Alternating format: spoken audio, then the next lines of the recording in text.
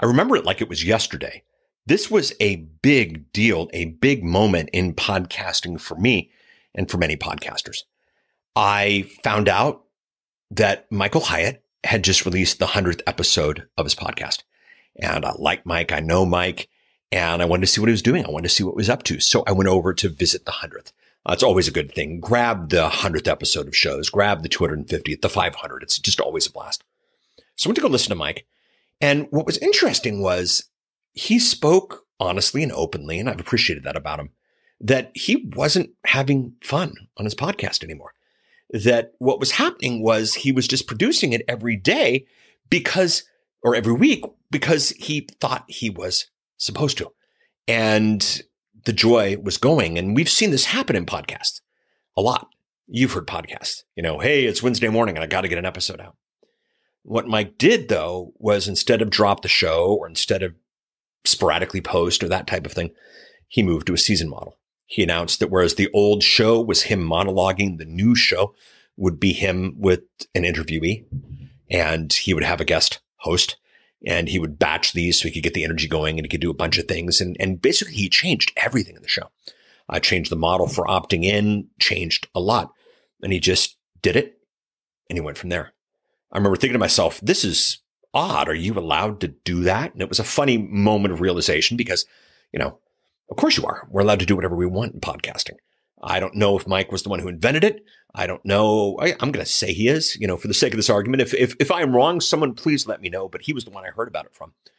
And from that day on, I started realizing that we can wrap podcasts even more in formats that make sense to others. See, I get the idea of a season. I'm a big fan of The Walking Dead. Whenever a new season comes out, I know, yep, Paul loves his zombies.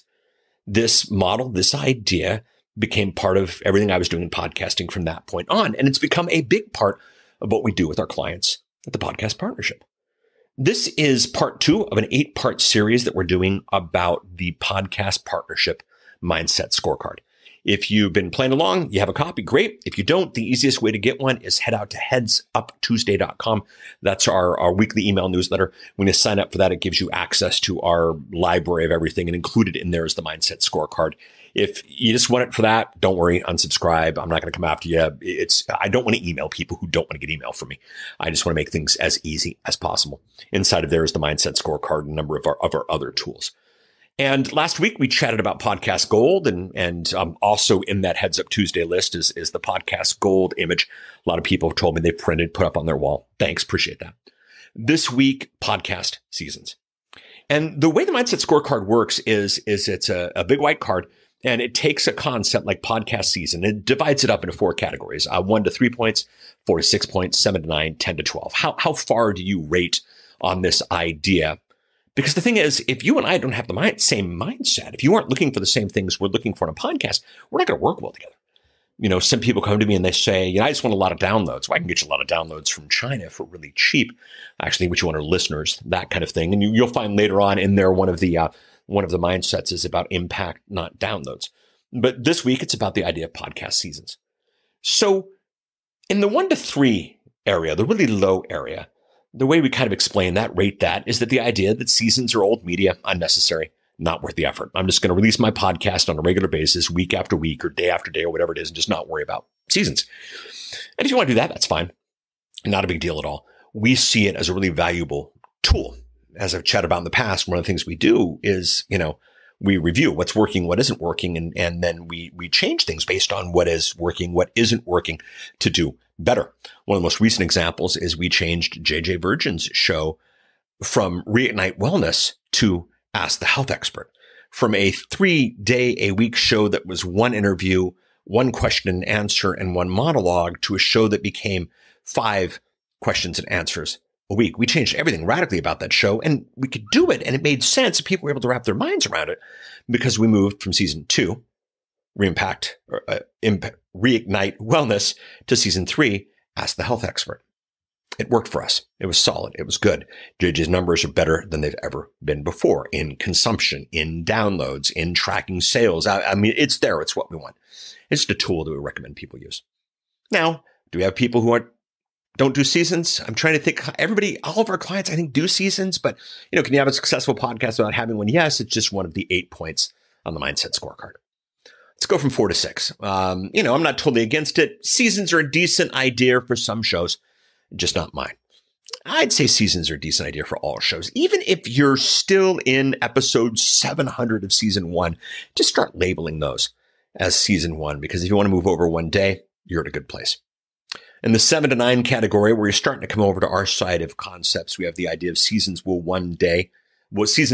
be part of my strategy one day.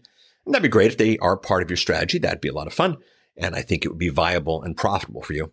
But in the 10, 11, and 12 category, whereas we're really thinking the same mindset, the season model lets me produce the best possible content and provide a narrative of impact to my audience. This is key. The narrative of, look, we're changing things for the better. We're shaking things up. We're doing a whole bunch of things. When you move to a new season, it's not as weird. It's not as hard. And it sets everybody up for what's next. When Hyatt moved from season 1 to season 2, he was able to set up the change, and we went with him. If all of a sudden season 2 was so radical, episode 101 was radically different, there could be a bit of a shakeup by doing the season at a really, really cool place. And that narrative of impact, they want to go with you. Your audience wants to see what's next. Your audience is ready to go to the next season. Your audience is ready to go to the next level. Now, the way seasons works, I want to talk a little bit about the technology of seasons, because it's kind of funny. Apple announced, I can't remember how long ago it was now, 2 or 3 years ago, they announced that they would support what they call the tag for seasons. And there'd be a way inside of your RSS feed, which is just the directions for where your podcast can be found, to indicate a season number and an episode number. And what Apple did, and I really appreciate this, is Apple, for lack of a better term, open sourced it, made it a tag that everybody could use. It wouldn't be an Apple specific tag. It would be a tag that everybody could use. And Apple went as far as to, if you go to a podcast right now and they have seasons, it'll only show you initially, before the show all episodes, it'll show you the episodes from that season. They've really embraced it. They've really done a good job with it. Now, unfortunately, we've seen some mistakes happen. There was the person who found themselves where their admin had swapped out episode 632, season 1 with season 632, episode 1. So when you looked at their podcast on Apple Podcast, it showed that 632. It was a mess. If you're going to do seasons, do it right, track it, keep on it. But the second thing about seasons that's really important, and I want to point out, is that currently, at the time of this recording, the only person who tracks seasons inside of the podcast app, and the only one who makes this part of the interface and part of the experience, is Apple. This could change at some point, but even if somebody big like Spotify or Google or somebody takes it on, that's fantastic, but it's not going to be everywhere. So one of the things you want to think about is, whereas in the Apple interface, going from, episode 22 of season 2 to episode 1 of season 3, where that might be a big deal in some, it won't be a big deal in others. So you want to make sure that you think about that in the explaining. And maybe you just tell people that, if you're not on the Apple platform, this isn't going to be a big deal. But if you are, it's going to work out that way. When will others embrace it? Should they embrace it? Yes. I think it's an absolutely fantastic concept. It's number 2 in our Mindset Scorecard. It's a good way to wrap your mind around changes and what you're doing and all these things. But if others don't jump on it, it's still a great idea. When Hyatt jumped on, there was nothing. Episode 101, season 2, episode 1, exactly the same thing. But in his mind, the concept had changed. And in the mind of his audience, me, the concept had changed, and it was really good stuff. So we like seasons here at the Podcast Partnership. I like podcasters who think about seasons. It's just a way to serve. It's a way to wrap. And it's number 2 of our Mindset Scorecard. Next, we will take a look at number 3 on the Mindset Scorecard, which is the idea of podcast technology and where the role of technology plays in the midst of all this, over the storytelling and over the business and that type of thing. As you can imagine, we're pretty opinionated about that. And then the week after that, I'm not going to spoil you. Of course, if you head out to headsuptuesday.com, you've got access to the scorecard and you can see where we're going over the future weeks. But I thought it would be really fun to examine our mindsets here at the Podcast Partnership and how they affect how we podcast. Thank you so much. We'll chat again. Bye now.